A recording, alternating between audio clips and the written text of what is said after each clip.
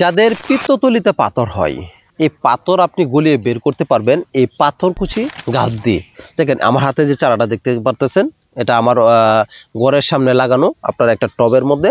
পাতাগুলি দেখেন কত বড় হয়েছে, এবং আমার এখানেও দেখেন আরও গাছ আছে, এখানেও গাছ আছে, ভিতরেও গাছ আছে।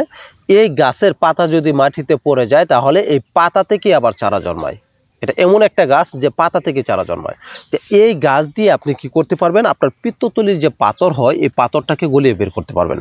আপনাকে কি করতে হবে, প্রতিদিন হাফ কাপ পরিমাণ এই পাথরকুচি পাতার রস খেতে হবে। প্রতিদিন 2 বার খাবেন।